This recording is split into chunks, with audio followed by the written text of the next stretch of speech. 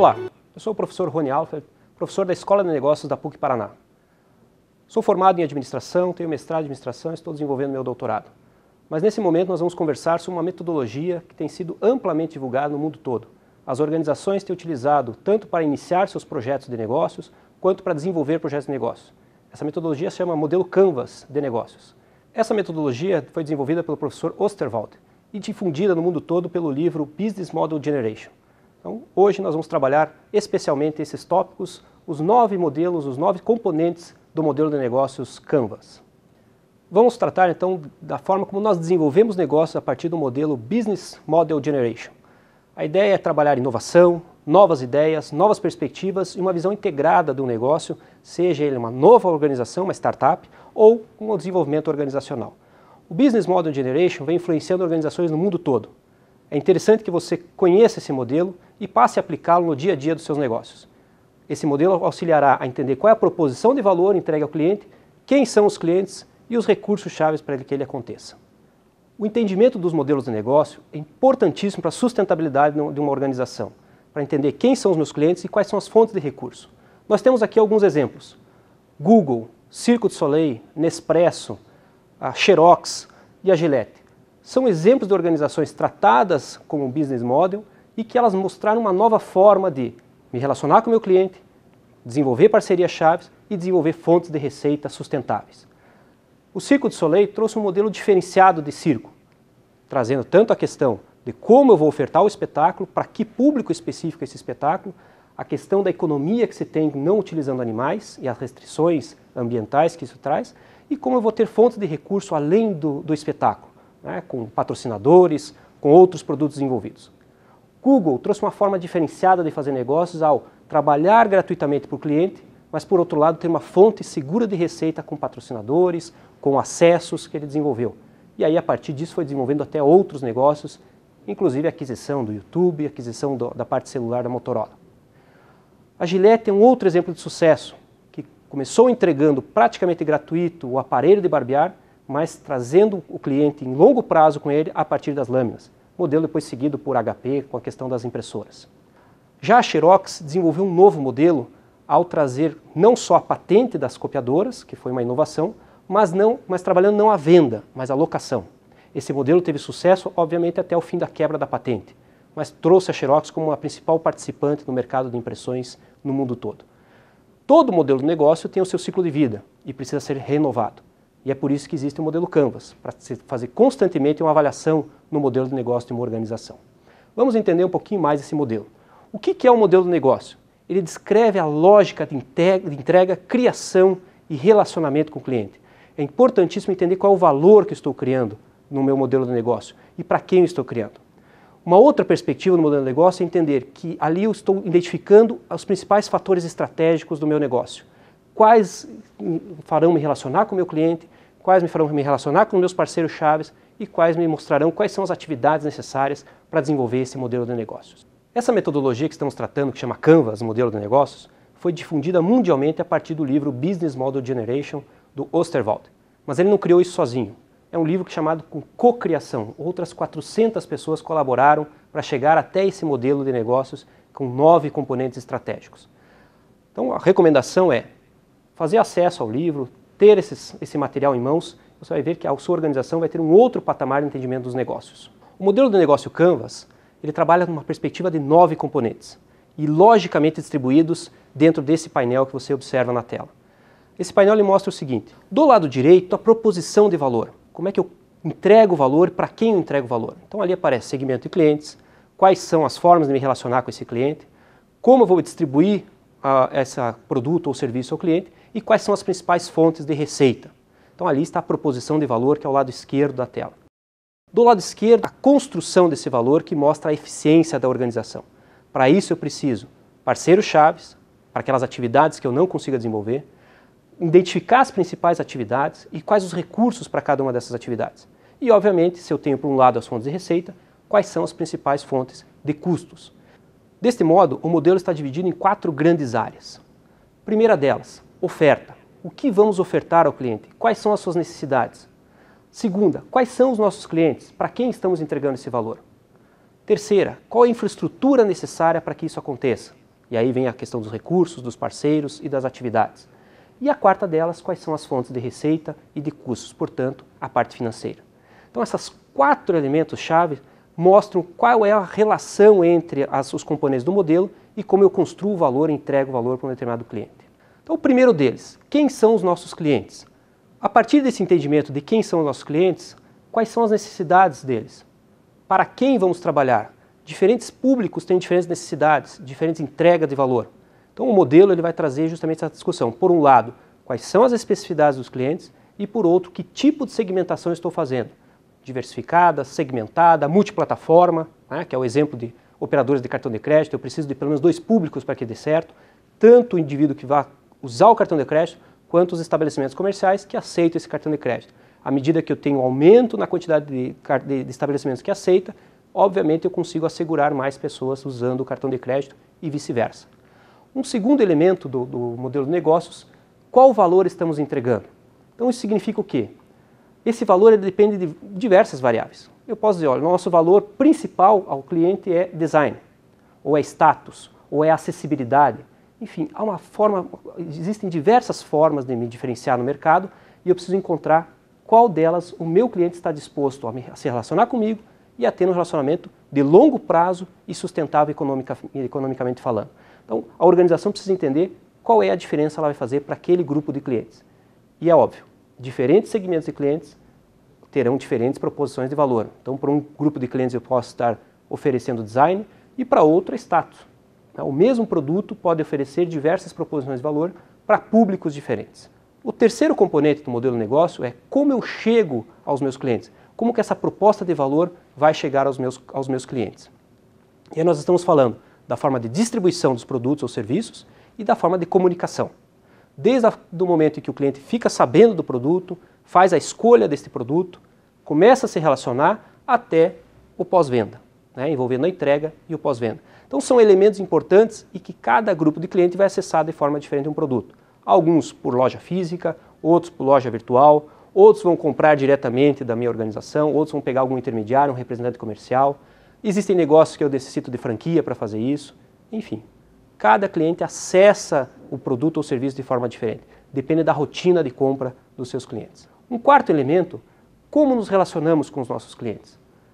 Aí vem muito a parte de CRM. Vou destinar um canal de comunicação com esse cliente, então nós temos algumas formas de relacionamento.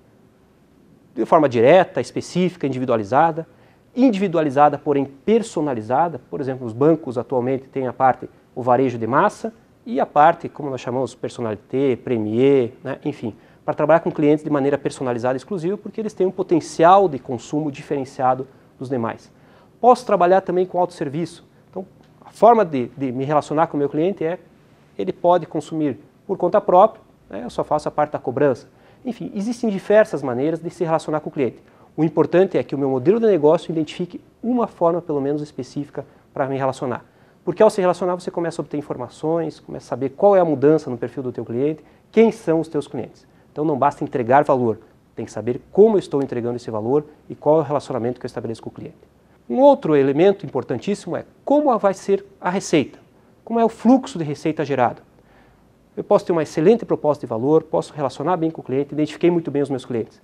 Mas se eu não sei como cobrar direito disso, como vou tirar, né, a fonte de receita para sustentar esse negócio, o meu modelo de negócio vai ter problemas. Então aí nós voltamos aos exemplos anteriores.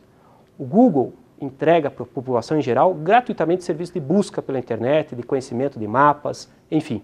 Mas ele precisa ter uma fonte segura de receita, senão essa proposta de valor não vai chegar ao cliente final. Então aí eu tenho que ter uma fonte para isso. Qual é a fonte? Como eu vou me relacionar com os meus patrocinadores? Como é que eu vou achar outras fontes de receita colocando um produto, por exemplo, como o Android dentro de celulares de outras marcas? Então eu preciso de alguma coisa que me sustente. O caso da Nespresso, que é um caso que está crescendo muito, né, a discussão sobre esse caso. Eu tenho a venda de máquinas, que não é a minha principal fonte de valor, né, de receita, apesar dela ser importantíssima para o modelo de negócio, mas em longo prazo o meu relacionamento com o cliente, e financeiramente falando, é na venda das cápsulas. Então eu tenho um modelo ali que prende o cliente por um lado por ter a máquina, mas que se relaciona em longo prazo, financeiramente falando, a partir das cápsulas. Então as fontes de receitas elas podem ser diversas. Venda única de produto, licenciamento de marca, Posso trabalhar como seguradora, né, que eu faço uma proposta diferente de cobrança, como um clube, que eu vou cobrar mensalidade do meu cliente. Enfim, o importante é qual é a forma que o cliente está disposto a se relacionar com a minha organização. E alguns modelos já caíram em desuso, né? E aí vem a dificuldade, por exemplo, de um clube campestre de conseguir comprar uma mensalidade. Uma cidade, por exemplo, que tem um verão muito curto, há um nível de inadimplência muito alto durante o inverno e depois começa a diminuir. Mas essa inadimplência já prejudicou o fluxo de caixa. Que outros serviços eu posso agregar para trazer fontes de receitas mais seguras? O sexto componente é quais são os recursos necessários para que a minha organização possa desenvolver as atividades, possa entregar valor. Então os recursos principais seriam intelectuais, financeiros, estruturais, né, os recursos humanos que eu tenho na organização. Então qual é o nosso principal recurso e como nós vamos trabalhar esses recursos? O recurso é uma fonte chave para que as atividades, que posteriormente falaremos, se desenvolvam. Bom, boa parte da minha organização depende do recurso intelectual. Uma organização de software, por exemplo, ou uma indústria do cinema. Né? Como eu vou trabalhar esses recursos? Então eu tenho que estabelecer políticas de relacionamento, retenção e desenvolvimento dos meus principais recursos. Uma companhia aérea tem um ativo muito importante que são os seus aviões. Se ela não conseguir gerenciar muito bem esse ativo, ela vai ter uma capacidade ociosa grande. Então, quais são os recursos importantes? Para quê? Para que nós entremos na sétima atividade, que é quais são as atividades necessárias para que aquela proposta de valor chegue ao cliente. Então pode ser atividades de produção, atividades de comunicação, atividades de segurança e manutenção de uma patente ou desenvolvimento de inovação. Então, enfim, quais são os pilares para que as coisas aconteçam? Então, se nós falamos de uma indústria automobilística, uma atividade central, obviamente, é a produção. Se ela não for desenvolver dentro, né, vai terceirizar, aí nós vamos trabalhar no nosso oitavo componente, que são os parceiros-chave.